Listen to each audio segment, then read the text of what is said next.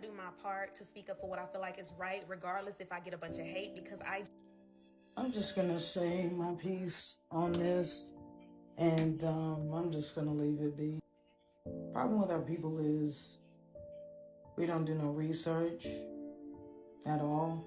She claims that she did research on her, but she didn't fully saw that interview with Kamala with the lady, and the sister was asking about reparation, and she was just completely deflecting the whole fact about giving reparations for the great sons and daughters of slaves. And she goes on saying that she's not gonna go and do everything, particularly for black people. She's not gonna do that. She's gonna do it evenly for everybody else. That they totally went over their freaking head. Kamala doesn't care about none of us as black people. I'm not gonna sit here and beat a dead horse. I mean, if y'all want to go on and vote for this woman, y'all go ahead. I'm gonna sit on the sideline and watch y'all get disappointed when she don't do nothing for y'all. Cause we've been saying this since day one when Obama was president. She ain't gonna do nothing. Obama ain't gonna do nothing. Michelle ain't gonna do nothing. Biden ain't gonna do nothing. These Dixie cracks are not gonna do a damn thing for black people. This woman is not black. I don't care. You can fight me. Just because you have a black daddy does not make you.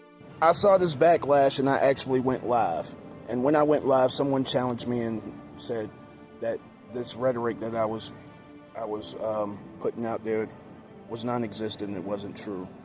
I came with proof this time. You see, I've had a few days to reflect after the conversation that I had when I went live on Tuesday, and a couple days literally after Joe Biden and the immediate backlash, and I realized that you looking at Kamala is like seeing your reflection in the mirror and you don't like what you see. Out of these videos, the first thing that came out of these women's mouths was Kamala Harris locking up black men and doing certain things or whatever the case may be. And as a group of women who are self-proclaimed the most educated group of people in the country, and you look so much to be recognized for all of your accolades and accomplishments, even in romantic relationships, that you feel like those things should be put at the forefront so much. I would think that you would understand that Kamala Harris was actually doing her job. You don't get to be a DA by losing cases, whether justice is being served or not. This is not an endorsement for Kamala Harris, but it's just a reality of what I see. The type of woman prior to Joe Biden stepping down and you realizing that this could be the next president of the United States, this is the type of woman that you aspire to be. And there are parallels. This is why you look at her and you see your reflection. And you'll never admit that. I myself choose to deal in realities, choose to live in realities. And here are some of those parallels. Kamala Harris was a threat to black men's freedom. So are you. Kamala Harris put black men in jail. So do you. Kamala Harris do her best to keep black men in jail. So do you. You see, as a DA, that's what you're judged on. You're judged on how many people you put in jail and how long you keep them there. All of those things that come with her profession, to the point where you even know where she is. If she wasn't good at what she did, whether it was right or wrong, you wouldn't know who she was. She would not be vice president. Kamala Harris utilized the workings of the system to get what she wanted, and so do you. It's to the detriment of us.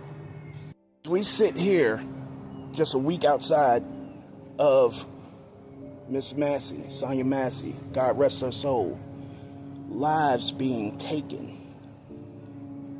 There's a story that you guys have decided to put out about Kamala Harris leaving a man on death row knowing that he was innocent.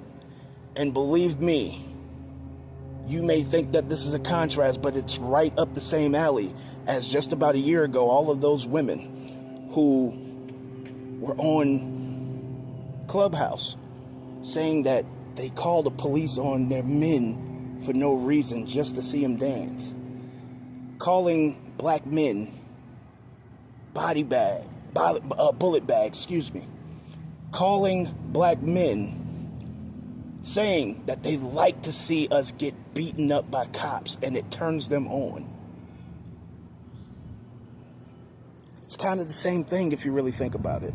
And even with all of those things being said about us, being called bullet bags, being called different names, saying that you look forward to us being beaten by police officers, we still do the humane thing of feeling bad for Sandra Bland, of feeling bad for Breonna Taylor, and feeling bad and hurting to watch that recent body cam footage of Miss Massey.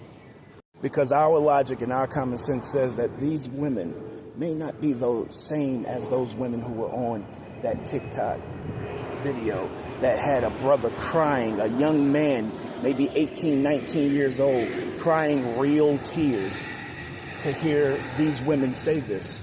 As he enters into a world as an adult, knowing and understanding that he could bump into a woman who feels this exact way about him.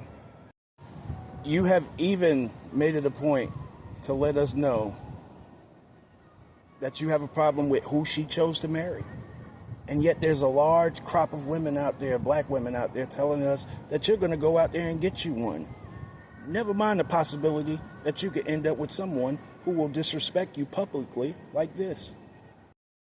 Yeah, and then there's the DEI press secretary telling you that the DEI vice president is the future of the party here. And so the future looks kind of dim for the Democrats here, but this is no shocker either. Kamala Harris, she's the original Haktua girl. That's the way she got where she is. And the party's going downhill if it's in her hands. That was tough. That was hard. We remember you laughing when Kevin Samuels passed away. We remember you attacking us when the Brick Lady situation went down. We remember you attacking us when the Carlisha Hood situation went down. And we also remember the fact that maybe 3 to 5 days after the situation, you completely forgot about the son that saved his mama's life. No, it's not lost upon us. The young lady at the beginning of this video talking about reparations, and that shit is not going to happen because you're looking for preferential treatment. You're looking for someone to treat you special. You're talking about the fact that she's not going to do something exclusively for blacks. And the thing that you're forgetting is she may put a bill out there. It also has to pass 600 other people who are 90% not our race. This is a stark reality that y'all choose not to face. You look at that woman and you see everything that you are and aspire to be, and you also don't like it. Yet you seek to change something that you can't. While the thing that you could change is your exact same mannerisms as what she did for her job that you employ and through your whole entire real life. Of course, this is not directed at all women because all black women aren't like this.